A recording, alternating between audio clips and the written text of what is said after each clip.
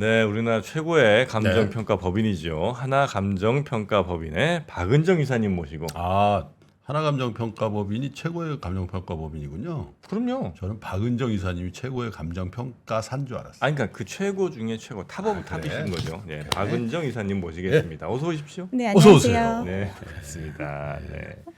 자, 오늘 언더스탠드 자주 나가셨죠? 아니요? 안 나가셨어요? 네. 우리 박은정 이사님 그렇게 함부로 나오시는 분이 아닙니다. 아, 그래요? 네, 굉장히 가려. 정말 오랜만에 나오신 거 아니겠습니까? 굉장히 멘트가 네. 접대적이시네요. 저 처음 나왔거든요. 아니, 방송이 처음이세요? 3%에 처음. 3%에 처음. 아, 그렇죠. 네, 예, 저 네, 방송에서는 봤잖아요. 네. 예, 우리 박은정 이사님. 일단 PF 네. 뭐 굉장히 지금 걱정들을 많이 하고 있지 않습니까? 뭐 네. 태형 얘기도 좀 나오고 있는 상황인데 감정평가사는 어쨌든 그 PF 같은 거 문제가 생겼을 때 이런 뭐 자산에 대해서도 감정평가를 아주 정확하게 하셔갖고 이걸 뭐 부채를 어떻게 한다든지 이런 걸 이제 결정을 하셔야 되는 그런 상황 아니겠습니까? 일단 감정평가는 PF 사업을 진행하는 데 있어서 네. 어떤 역할을 하고 있는 거는 분명합니다. 네. PF 부동산 개발 사업의 이제 프로젝트 파이낸싱이 바로 PF잖아요. 음흠. 그럼 부동산이 기본적으로 자산의 기초가 되기 때문에 네. 그 자산의 가치를 담보가가 어느 정도 되는지에 대한 그렇죠. 판단이 필요하기 때문에 네. 평가가 이제 반영이 굉장히 중요한 됩니다. 일이고. 네. 근데 그 평가가 이제 곧 앞으로 막 평가할 일들이 많이 생길 것 같은데 네. 지금 PF가 우리가 걱정하는 것만큼 정말 심각한 상황에 아니면 또 업계에 계시니까 뭐 그 정도까지 걱정할 건 아닌 걸로 혹시 판단하고 계십니까? 저 개인적으로는 심각한 상황이라고 생각을 하고요. 네. 일단 PF 사업을 벌일 때 감정평가의 금액만이 기초가 돼서 어떤 사업이 진행된 건 아니다 보니까 네. 기본적으로 사업성의 측면에서는 이제 감정평가 가격이 중요한데 기본적으로 이제 PF 대출을 해준 주체들의 입장에서는 상환 능력에 대한 것들이 많이 고려돼서 금액이 대출이 된 거거든요. 네. 그럼 이 상환 능력에 있어서는 그러면 상환 주체들 또는 그거에 대해서 2차적으로 어떤 보증을 해준 그 업체들의 어떤 건전성이 중요한데 그 부분에서 이제 문제가 발생하고 있기 때문에 상황이 좀 심각하다고 볼 수 있습니다. 네. 그러니까 대충 지금 어느 단계에서 제일 문제가 많은 거예요? 이게 뭐 브릿지론 단계가 가장 브릿지론 단계. 네. 브릿지론은 이게 본 PF 전, 네네. 그죠? 그러니까 시행사가 땅 작업 해놓고서 본 PF 가기 전에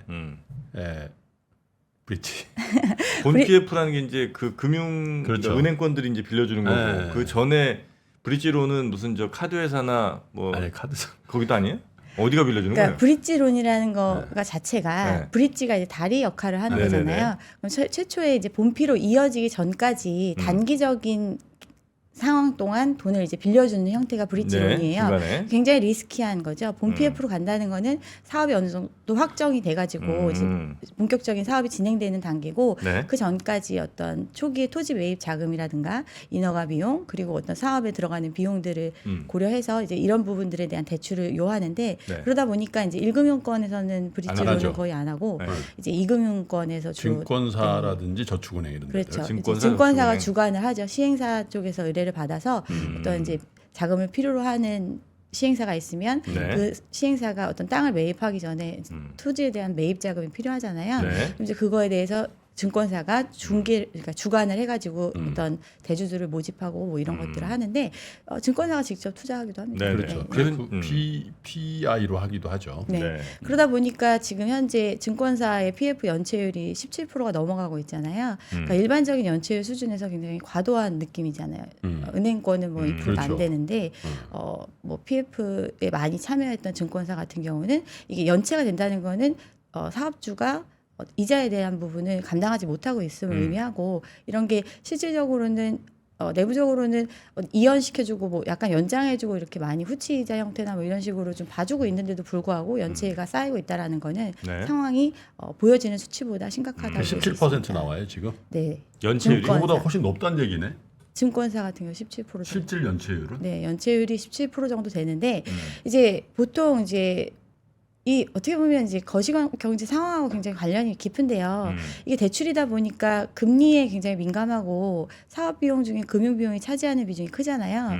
근데 사업비가 이제 다 대출을 통해서 이용을 하고 있는데 금리가 올라가면 그만큼 비용 자체가 늘어나고 있는 상태인데 사업이 진행이 돼서 PF라는 게 사업이 진행이 돼서 분양이 돼서 분양 수익금이 들어와 줘야 그 자금을 계속해서 갚아나갈 수 있는 거잖아요. 브릿지 같은 경우는 본 PF가 이루어져야 어떤 그렇죠. 브릿지 대금을 갚아줄 수 있는 구조기 때문에 근데 이게 본피로 바로 연결이 안 되고 사업도 진행이 안 되고 본피로 간 것도 분양이 안 되고 이러면 자금은 들어올 곳이 없는데 계속 대출을 해줘야 되는 구조니까 이 이자 부분에 대해서는 이제 후치이자 형태라든가 뭐 나중에 금리가 낮아질 걸 기대해서 네. 이제 좀 시간이 지나면 이 상황이 해결될 거다 이렇게 해서 한 1년을 보낸 것 같습니다. 근데 이제 이사님은 이제 사실 이제 뭐 프로젝트 파이낸싱도 파이낸싱이지만 이 부동산에 대한 진단을 많이 하시잖아요. 네. 근데 이제 다른 방송이나 이런 데서 보니까 악성 미분양, 네. 그러니까 이제 준공이 됐어요.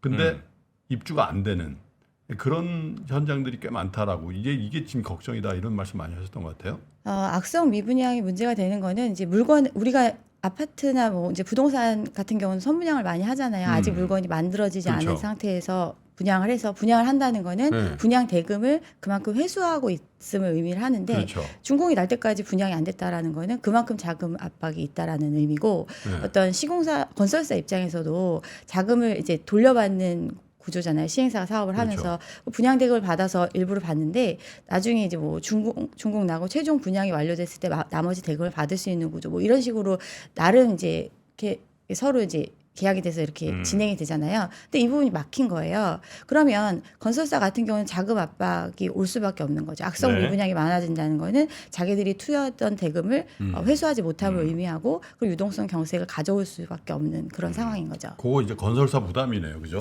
건설사가 준공하는 데는 건설사가 다 책임 준공 같은 걸 했을 테니까. 그렇죠. 책임 준공이 보통 약정이 들어가지 않으면 네. 본피가 어렵기 안 때문에 되죠. 예, 시공사가 거의 그 책임 준공과 이런 보증을 하고 있는 상태인데 그러니까 돈은 다 들어갔는데 회수를 못하는 상황. 그런 자금 압박이 생기고 이 얘기는 이미 선분양으로 진행된 다른 사업들에도 영향을 줄 수밖에 없는 거죠.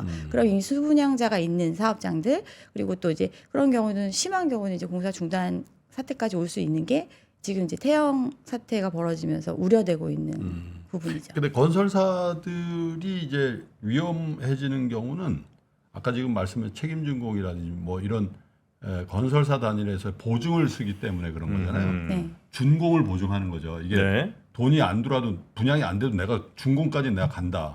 그 외에 뭐 어떤 것들을 해요? 그러니까 브릿지 단계에도 많이 참여를 해요. 네. 결국은 건설사의 주된 목적은 건물을 짓는 공사를 수주하는 것이 목적이기 그렇죠. 때문에 수주를 하려면 그 사업이 진행되는 단계에서 어떤 조건을 좋게 만들어줘야 되니까. 그렇죠. 메릿을 제공해줘야 되는데 그게 바로 그 건설사의 신용을 제공해주는 형태인 거죠. 그러니까 브릿지론 단계에서도 신용 보증 공유를 형태로 하고. 들어가니까 그래서 예전에 울산의 사업장을 대우건설이 포기한 사건이 있었잖아요. 네. 그것도 이제 생각해 보시면 똑같은 거거든요. 그 시공권을 따기 위해서 그 사업에 참여하려고 했었는데 생각해 보니까 나중에 그 어떤 공사 대금을 다 돌려받기는 어려울 것 같다. 분양이나 이런 시장 상황을 봤을 때. 그래서 자기들이 어떤 보증했던 또 500억인가 440억 정도 되는데 네. 그 돈을 이제 대우가 물어주고 이제 그 사업장에서 빠져나오는 형태 그렇죠. 이렇게 나올 수 있었던 거죠. 그리고 그만큼 잘했다 브릿지론 그러더라고요. 단계에서 또 시공사들이 그런 어떤 보증을 많이 하고 있기 때문에 그런 게 이제 우발 채무로 발생할 수 있고 그런 부분들이 이제 문제가 생기니까 이제 태형에서도 이런 아니 문제가 근데 발생을 한 저는 거죠. 이해가 안 되는 게 태형건설이 뭐 작은 회사는 아니지만은 네. 솔직히 그렇다고 뭐 우리가 뭐 태형의 대시양 아파트라든지 뭐 이런 거 뭐 동네마다 다 있고 그렇지는 않잖아요. 어? 네. 우리 동네 없거든. 네. 네? 우리 동네 없다고. 우리 동네 없어요. 네. 근데 하여튼 뭐 그런데 그렇죠. 뭐 예를 들면 뭐 푸주도 아니고 뭐 그렇잖아. 네. 근데 뭐 어떻게 하다가 부존하대 이게? 돈 금액이 응. 어떻게 이렇게 커질 수가 있죠? 그러니까 이게 구조는 뭐 진짜 큰 금액 그러니까. 아니에요.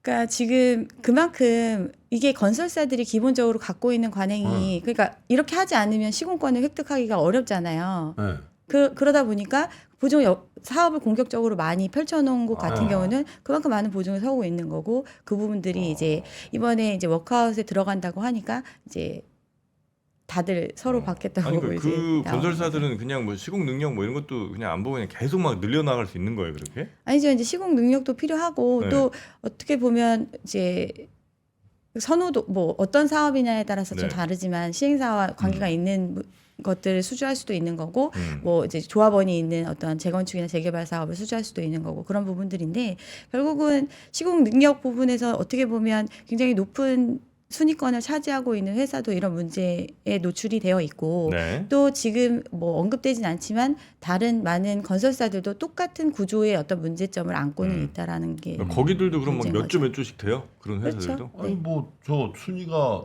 태형보다 높은 데는 더 크겠지. 그렇죠. 그 수주 지금 이제 태양에서 회생에 대한 이야기를 하면서도 이제 자신들이 이제 수주 잔고나 이런 게 12조 정도 되고 뭐 이게 순차적으로 들어오면 회생할 수 있다 이런 얘기들을 하잖아요. 그만큼 다른 뭐 현대건설이나 뭐 그 대규모 회사들도 다 이제 그만큼 많은 수주 잔고를 가지고 있죠. 그 얘기는 그만큼 리스크를 또 안고 있다라는 의미인 거죠. 네. 들어올 돈도 많고 빚낸 돈도 엄청 많고. 근데 지금 시장의 문제는 네. 들어올 돈이 많을 거라고 이제 기대를 해서 이렇게 본격적으로 안 사업을 들어온다는 펼쳐놨는데 네. 시장이 안 좋아지고 또 분양가가 많이 높아지기도 하고 뭐 이러다 보니까 분양이 잘 안 되잖아요. 네. 그러니까 그만큼 이제 리스크가 현실화되고 있는 시점이라는 게 문제인 거죠. 예상했던 것만큼 돈은 안 들어오고 네. 금리는 올라가고 또 원자재 비용은 상승하고 이 얘기는 사업성 자체가 네. 처음에 계획했던 것과는 달리 흘러가고 있다라는 걸 의미하는 거죠. 네. 그러니까 이게 우리가 이제 부동산에 대한 그 시황에 관련된 방송을 몇 차례 했거든요. 네. 뭐 안 좋다는 분도 있고 이제 바닥 찍었다는 분도 있고 막 그렇잖아요. 네네. 근데 명확한 거는 우리가 뉴스에서 보는 부동산 시장은 진짜 빙산의 일각인 것 같아. 뭐 강남 압구정의 현대 아파트가 뭐 아. 설계사를 뭐 어쩌고저쩌고 하고 뭐 반포에 뭐 이런 거는 진짜 완전 빙산의 일각인데 뉴스 지면에는 그게 제일 크게 나와. 근데 지방이라든지 뭐 조금 좋은 지역이 아닌 이런 지금 PF라든지 이렇게 막 무너지고 있는 것들은 거의 보도가 안 돼. 네, 네. 사람들 관심 영역에 네, 이런 거나 나와야 그때 이제 되지. 근데 이게 이제 네.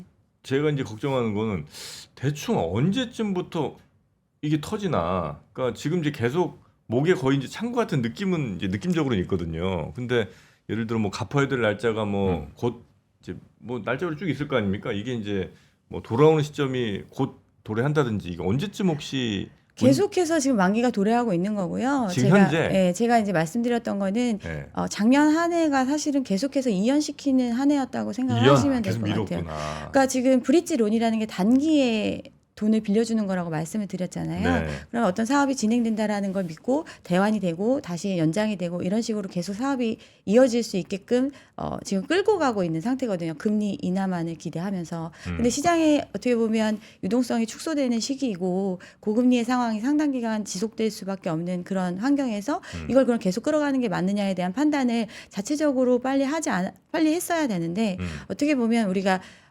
작년에 가장 크게 문제가 발생했던 게 둔촌주공 문제잖아요. 그렇죠. 둔촌주공 같은 경우도 유수의 사업장이라고 볼 수 있고 모든 사람들이 알 수 있는 사업장이고 이게 어떤 자금적인 문제를 겪을 거라고 생각을 못했지만 5천억에 대한 PF에 대해서 대주단에서 연장을 거부하면서 상황이 그렇죠. 만들어진 거잖아요. 그 작년 이맘때예요. 네, 작년 이맘때고 그 문제를 해결했던 것이 정부가 체한 펀드를 투입하고 네. 또 어떤 정책적인 부분을 굉장히 많이 그렇죠. 완화시켜주면서 네. 분양이 1차에서 됐죠. 분양이 안 됐고 줍줍이나 이런 걸 통해서 나머지 이제 어쨌든. 분양이 가능한 형태로 그 상황을 모면을 했잖아요. 네. 이 얘기는 시장에서 시장성이 있다고 판단했던 사업조차 어떤 이런 리스크가 있고 자금난을 겪고 또 분양에 대한 부분, 자금 회수에 대한 부분이 우려되는 상황이 작년에 이미 발생을 했잖아요. 그러면 그거에 대해서 어느 정도 선제적으로 빨리빨리 대응을 해서 정리할 거 정리하고 결국 사업성이 있어야 PF 사업은 자금을 회수할 수 있는 거거든요. 근데 지금 현재는 어떠한 상황이 안 좋잖아요. 금융 비용도 올라갔고 원자재 인플레 때문에 원자재 가격도 올라갔고 지금 땅값은 경쟁적으로 서로 이제 사업을 비싸. 하겠다고 했기 때문에 경쟁적으로 좀 고가에 매입한 경향이 있거든요. 네. 이러다 보니까 비용은 이미 너무나 높아져 있는 상태에서 분양을 해서 걷어들일 수 있는 수익은 경기 상황을 봤을 때는 그렇게 높지 않단 말이에요. 그러면 사업성이 구조적으로 조정되지 않는 한 이 사업성이 네. 개선될 수가 없거든요. 그럼 구조적으로 조정되는 방법은 결국은 누군가가 손실을 확정해가지고 이 처음에 들어간 비용 자체가 줄어드는 상태가 돼야 사업성을 회복할 수 있는데 까지는 사람이 있어야 된다는 얘기죠. 그렇죠. 그러면 땅을 비싸게 산 사람이 자본을 날리고 좀 공매나 이런 걸 통해서 좀 낮은 가격에 누군가 자금력 있는 사람이 사주는 형태. 그리고 여기에 대출을 해줬던 사람들도 일부 손실을 확정해서 금융기관이 이 손실을 일부를 안아야 되는 형태. 이런 식으로 정리가 순차적으로 됐어야 되는데 문제는 그게 내가 먼저 되고 싶지 않았던 시장이었던 거죠. 곧 좋아질 거라고 생각을 했으니까 그냥 이제 연장하고 이자 비용 같은 경우는 나중에 줘라. 왜냐하면 이게 바로 터지면 바로 금융기관의 손실로 잡히잖아요. 네. 이런 부분 때문에 이연하다 보니까 빚을 낳는 형태. 그러니까 작년 갚아야 이맘때도 되는 그런 얘기 많이 했거든. 네, 이거 갚아야 되는 더 비용이 너무 컸다. 늘어나니까. 어? 네. 해결된 게 아니다. 그런 그쵸. 얘기는 뭐 일반적으로 다 했는데 그게 지금 태형으로 나타나고 있는 거예요. 그럼 이제 이렇게 가다가 네. 다 안 터질 수는 없는 거 아니에요? 그러니까 지금 어떻게 보면 태형같이 큰 회사조차도 스스로는 해결할 수 없다라고 손을 든 형태잖아요. 네. 그리고 태형이 지금 이 상황까지 오기 전까지 한 1조 원 정도 본인들이 선구제안으로서 자금을 투여를 했잖아요. 그러니까 뭐 4억을 담보로 대출을 받고 자회사의 주식을 담보로 대출을 받고 이런 식으로 끌어모은 돈이 1조 정도 되거든요. 그 돈을 이미 투입을 했는데도 시장 어떤 본인들의 상황을 해결할 수 없는 지경인 거예요. 근데 이 상황을 해결하기에 끌어들인 1조 원도 대출을 활용해 가지고 끌어들인 거거든요. 이 얘기는 빚으로 막고 있는 상태를 끌어왔지만 버틸 수 없는 상황이 돼서 지금 가장 먼저 손을 들었고 이런 상황이 되다 보니까 이제 정부가 어떻게 보면 정책적으로 도와주려고 하는 면도 있고 뭐 여러 가지 있겠지만 뭐 앞으로 이런 문제가 여기서만 일어나는 일은 아닐 거라고 저는 생각합니다. 네. 워크아웃 신청한 데들도 엄청 생기겠네요 이제. 그러니까 워크아웃이라는 게 근데 참 어려운 문제인데 네. 워크아웃을 하게 되면 일단은 채권단의 동의가 있어야 되잖아요. 네. 그러니까 여기다 돈을 믿고 빌려줬던 사람들이 손실을 고통 분담을 같이 해줄 것이냐. 그렇죠.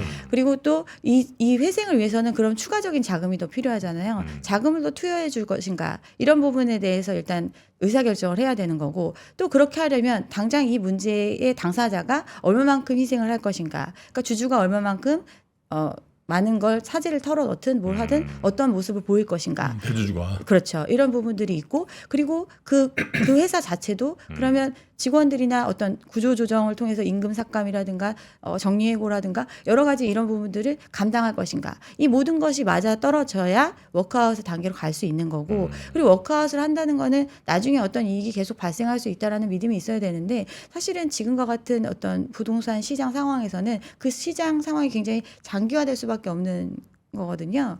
그렇기 때문에 좀 워크아웃을 신청한다고 해서 지금 무조건 다 될 수 있다 이러기는 좀 어려울 것 같습니다. 네. 그럼 이게 뭐 한두 사업장의 문제가 아니고 또 중소형 건설사의 문제도 아니니까 아닌 게 드러난 거잖아요, 사실. 네.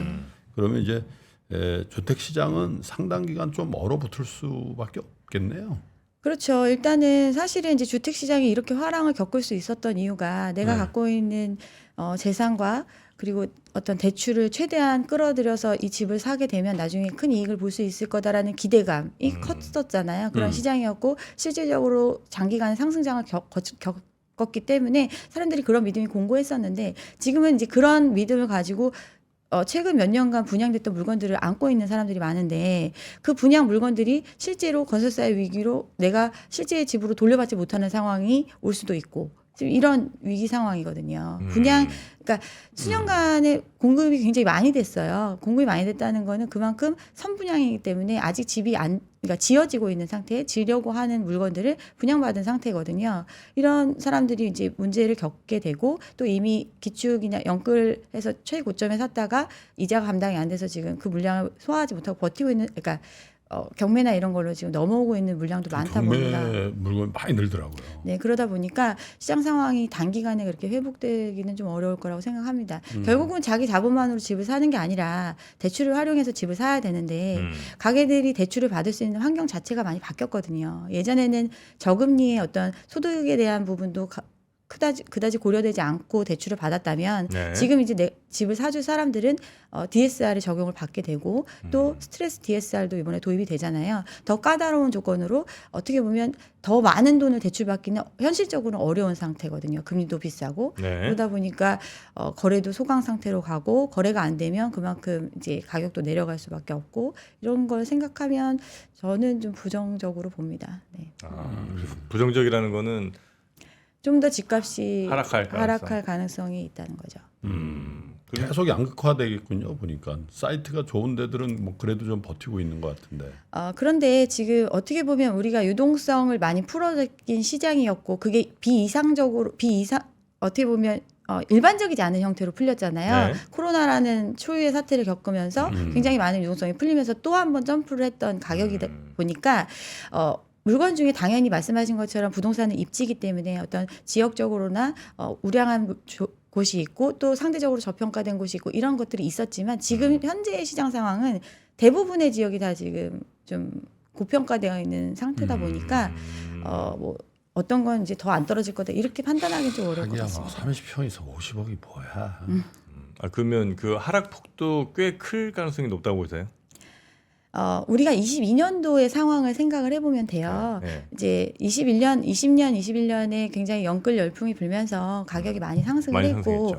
또 이제 대출 규제나 이런 것들이 있으면서 저가의 아파트들이 어떻게 보면 같이 끌어올려지는 형태로 그러면서 이제 고가의 아파트는 상대적으로 더 비싼 값을 지불할 수 있는 사람만 거래를 할 수 있으니까 네. 가격이 높은 수준으로 올라갔었는데 이 상황이 끝나고 그러니까 이제 일반적인 사람들이 살 수 없는 가격 수준까지 가격이 올라가다 보니까 거래가 소강 상태로 가요. 거기에 금리가 금리가 올라가다 보니까 이제 거래량이 서울 아파트 거래량 같은 경우는 22년 하반기에는 1,000건이 안 되는 수준으로 떨어졌었거든요. 네. 이 얘기는 그만큼 시장에서 이 얘기하는 가격에 사줄 수 있는 수요가 거의 없어진 시장이라고 볼 수 있었거든요. 그랬는데 이제 23년도에 둔촌주공 이후로 대출을 이제 50년 초장기 모기지나 이런 것들을 도입해 주면서 일부 신규 수요를 유입시키면서 시장 상황을 경착륙에서 연착륙의 형태로 조금 바꾼 모습이었는데 네. 그 약발이 다 했어요. 그러다 보니까 작년 연말부터 해서 다시 22년도 하반기 수준의 거래량으로 이제 떨어지고 있거든요. 근데 그때 가격이 뭐 몇 개월 만에 몇 억이 빠졌다, 반토막이 났다 이런 뉴스가 도배를 했던 시기거든요. 그만큼 가격 조정의 폭이 클 수 있다는 거죠. 그렇습니다. 그 일들은 아마 올해 중에 일어날 가능성. 근데 이제 PF 같은 것도 좀 어떻게 생각해 보면 이제 뭐 정치 이슈까지 끌어들이는 건 좀 무리인 것 같기도 한데 4월 총선 있잖아요. 네. 그 사이에 만약에 PF 막 여기저기서 빠바바방 터지면 굉장히 또 선거의 투심에 또 많이 악영향을 미칠까봐 어떻게든 이제 막아보려고 뭐 이런 노력들을 좀 투심 네. 말고. 네, 그런 게 좀 있지 않을까 네. 하는 생각이 좀 드는데 그런 거까지 고려할 필요는 없을까요? 그러니까 이제 그런 것들이 반영이 돼서 어떻게 보면 심리적으로 계속 끌고 왔었는데 어떻게 보면 그때까지 못 버티니까 먼저 손을 들었거나 아니면 그런 것들에 영향을 줄 수 있기 때문에 선제적으로 액션을 했거나 뭐 그런 게 아닐까 저는 추정을 하고 계시고 네. 네. 알겠습니다. PF가 아니 뭐 막을 수만 있으면 좋지. 근데 안 막아진다는 거지 이게. 근본적인 해결책은 결국은 뭐 속된 말로 망해야 다시 이제 회복할 수 있는 손해 보는 사람들이 꽤 생겨야 이제 다시 조금 정리되고 가는 거군요. 그렇죠. 우리가 그동안 어떤 파티를 즐겼다면 그 파티의 대가를 언젠가는 치러야 되는 시기가 오잖아요. 그게 이제 긴축의 시기에 오는 거고 그러면 그 대가를 누가 짊어질 것인가에 대한 것이 필요한데 우리는 이제 그게 좀 지나면 상황이 나아질 거다라는 기대로 이제 밀어놨던 거죠. 알겠습니다. 자, 하여튼 올해 파티 비용을 내야 된다 이거죠. 지금까지 즐겼던 사람들 그분들이 내는지 아니면 또 엉뚱한 사람들이 내는지는 네, 한번 좀 지켜보도록 하겠습니다. 정부는 결코 내지 않겠다는 결연한 각오를 보이는구만. 파티 비용이요? 네. 제가 파티 즐긴 게 없는데 왜 내요? 오늘 파티남 아니야? 아이 그 파티는 다른 파티죠. 예, 우리 저 어떻게 박은정 기사님은 파티 같은데 종종 참석하세요? 아니요. 왜요? 갈 수도 있지. 아 파티요? 예, 한번 초대해드릴까요? 아 네. 한번 초대해 주세요. 아 그렇습니까? 네네. 네, 아주 저질 파티입니다. 아 그러면 사양하겠습니다. 고맙습니다. 자, 하나 감정평가법인의 박은정 이사님 대단히 감사하고요. 또 뵙도록 하겠습니다. 고맙습니다. 네 감사합니다. 네. 외환위기 오는 거 아니에요? 금융위기 오는 거 아니에요? 이런 질문들을 좀 굉장히 많이 받았었습니다. 탐욕이 되게 강했을 때 위험자산으로서의 극단적인 쏠림이 나타나고 공포감이 극에 달했을 때 안전자산으로서의 극단적인 쏠림이 나타나거든요. 과거의 일이 미래에 똑같이 일어난다 이건 아니지만 그때 당시에 위기 상황에서는 어떤 공통점들이 있었는지를 보면서 우리가 대비를 하는 방법도 고민해 볼 수 있고요. 과거를 제대로 이해하는 순간 위기의 실체가 드러납니다. 오건영의 현실 경제 이야기를 서점에서 만나보세요.